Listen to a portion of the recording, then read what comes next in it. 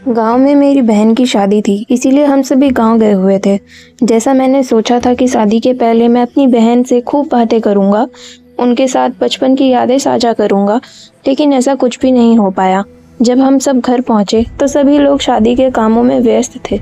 मेरी कजिन भी ना तो मुझसे और ना मेरी बहन से ठीक से बात कर रही थी, बल्कि किसी और से भी नहीं। उसने कई बार मुझे अनदेखा किया तो मुझसे रहा नहीं गया और मैंने पूछ ही लिया कि वह मेरे साथ ऐसा व्यवहार क्यों कर रही है।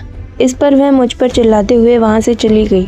घर में हमारे आने से पहले कुछ ऐसा हुआ था जिसके बारे में मुझसे और मेरे मम्मी पापा से भी छुपाया जा रहा था।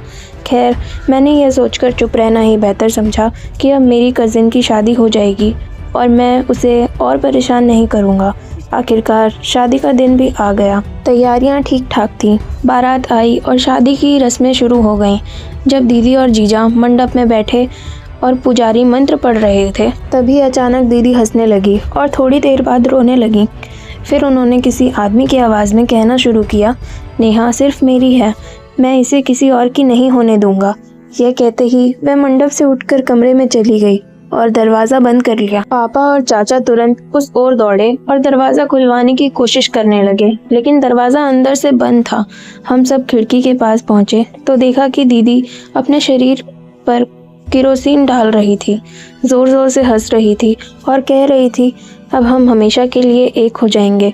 बस इतना कहकर उन्होंने अपने शरीर को आग लगा ली।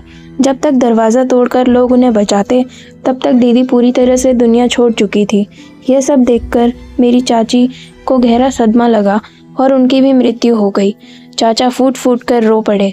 चाची और दीदी की अंतिम क्रिया के बाद चाचा ने पूरी सच्चाई बताई। उन्होंने कहा कि नेहा दीदी अपने ही कॉलेज में एक लड़के से प्यार करती थी, लेकिन वह लड़का उनकी जाति का नहीं था, इसीलिए चाचा को यह रिश्ता मंजूर नहीं था। जब वह लड़का दीदी से मिलना बंद नहीं कर रहा था तो परिवार के लोगों ने मिलकर नेहा दीदी की शादी तय कर दी। जब इस बात की जानकारी उस लड़के को मिली तो उसने अपनी जान ले ली। मरते समय भी वह यही कह रहा था कि वह फिर आएगा और अपने प्यार को अपने साथ ले जाएगा। यह बात उसके दोस्तों से पता चली और वही हुआ, वह नेहा दीदी को अपने साथ ले गया। नेहा दीदी इस शादी से खुश नहीं थी और शायद इसी वजह से वह मुझसे भी बात नहीं कर रही थी। काश एक बार उन्होंने मुझे ये बात बताया होता।